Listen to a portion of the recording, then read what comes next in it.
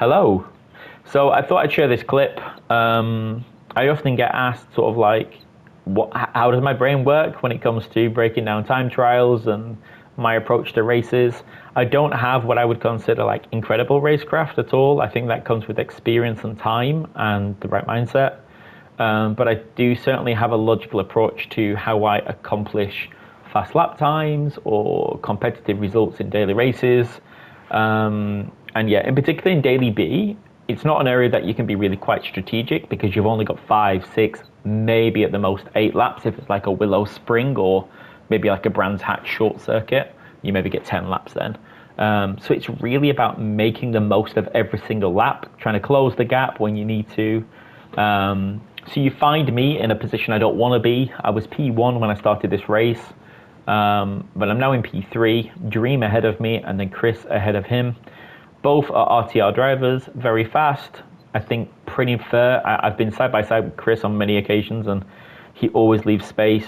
Dream, he's probably a bit more competitive, certainly leaves you space, but he is willing to fight for the position, so I respect that. And then you've got me, gullible auntie, who generally moves over when someone's extremely fast, but I do that because I can follow them. So I'm third, I want to be first. It's the final lap, or about to start the final lap. So yeah, I'm going to talk you through this lap. It'll be very quick, but I really appreciate, yeah, kind of any comments you've got on the video. So just tucking into the slipstream here, nothing special. I got a 149, the gap's perfect. I got no worries behind me. I'm thinking, just hit sector 1 at the beginning good, so I brake nice and steady. Off the trail brake, probably a bit too late. I'm on the power. Dream and Chris run wide. Chris actually gets a bit of a slide, so Dream takes advantage of that. And as I said earlier, Dream will fight for every position. And what I respect about these two is, all this evening they've been battling. You know, it's not a matter of just letting people, they've been battling respectfully, and I kind of like that. So I took in, I take this corner the way you shouldn't take the corner. If you watch a lap guide, that's not how you take the corner. That's the opposite of how you should take the corner. So I'm bouncing too much. I overslow the car at this point because I'm nervous of going into the gravel. And this is quite a slow corner, but I can still slingshot here and catch up if I do it well. So yeah, this is still available for me if I want to get second at least. So I drive out. I get a better exit from Chris. Chris has then been on the grass twice now. So he's probably got dirty tyres. I brake earlier than Chris. I took in. Chris goes on the brakes twice, which means my gap closes too quickly. So I blip the throttle slightly to kind of tuck in. I switch up to 5th early again, just to try and create some space and not have to be up his arse too much. Okay, I'm indicating here, get over Chris. I'm not going to attack you on this corner. At this point, the reason why I indicated is to kind of say to the driver ahead, I'm not a threat right now. I'm going to be, but not right now. So you've got some safety in knowing that I'm respectful. Me and Chris have raced this evening more than I probably have before. Yeah, and essentially I want to say, Chris, I still want to push. Let's go. Dream's not that far ahead. So I tuck in and I do the right thing. Okay, so I get a good drive out here. So I go early onto 3rd because I actually don't want to enter the chicane too far near Chris. It'll mean I'm blind to the apex because I actually play on bonnet cam, which is here. So I can sometimes feel a bit blind to the apex when people are too close.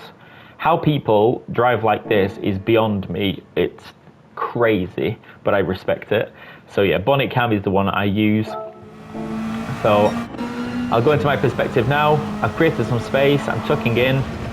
I'm going to stop it here. Okay, so I don't see anything. I don't see a problem here, but what I know is this. The last 2 or 3 laps, Chris lets up and Dreamcatcher will get very close to the left-hand side barrier. This is my thought process, is that these are quite very different in the chicane. Could set me up for a really nice exit, but I still need to manage that space because if Chris hits the wall, I want enough space to be able to react because I'm 39. I don't have quick reactions. And also with Dreamcatcher, if he really smashes that wall, or if actually he smashes the inside orange barrier, which is about to appear around the corner, if he hits that, that could really cock up Chris and really cock up me, and none of us are going to ghost potentially, and this guy's not too far behind. So I create enough of a space by letting off the throttle that I can react to what's happening on the walls. So let's see how Dream and Chris take it. but I'm going to assume, as I did in the race. So Chris lets off, you can see the speed blow. Dreams hit the wall. So now I'm right up the arse of Chris. Let me just back up for a second. Did I just see Chris indicate? Let me check. It might have just been a sun reflection. Oh, I saw his indicator just come on then. So he actually indicated left, which is good. So thank you for that. I actually do go on the left-hand side. So Dream has gone defensive because of Chris, and Chris has gone defensive because of me. But let's look at everyone's speed. I'm 138, Chris is 137, and Dream is 132. So Dream is really slow here. Dream's job, park that car on the apex and be the goblin. Do not let anyone have it other than himself. My job is to stay on the outside and see what comes of these two battling, and Chris's job is to try and again be defensive against me. So yeah, let's see what happens. So Dream closes the door on Chris. Chris brakes and lets up. Dream goes a bit deep. I go all the way around the outside. I keep it pinned. I still give him space. I don't cut him off. And yeah, so that's the end of the final lap. And as you can see, I started this lap P3. I was actually in the same position, probably roughly as this guy, with that similar gap. And I managed to close up and get first. And that happened because I know how Chris and Dream have been driving this evening in the last 2 or 3 races. But I also know because of the way I set up Sector 2 on the downhill, I didn't overtake. I pushed Chris towards Dream to kind of set up for Sector 3. And then knowing how they go through Sector 3 on the chicane allowed me an opportunity to at least get 1 position. I was hoping for second. But when they gave me, I would say, all of the real estate in the world on the left-hand side, I could either do an undercut, which was going to be hard because Dream was there, or go completely around the outside, which was my second choice. Not the preferred choice, by the way. But yeah, that's how I managed to get first from third on the final lap of Dragon Trail Seaside.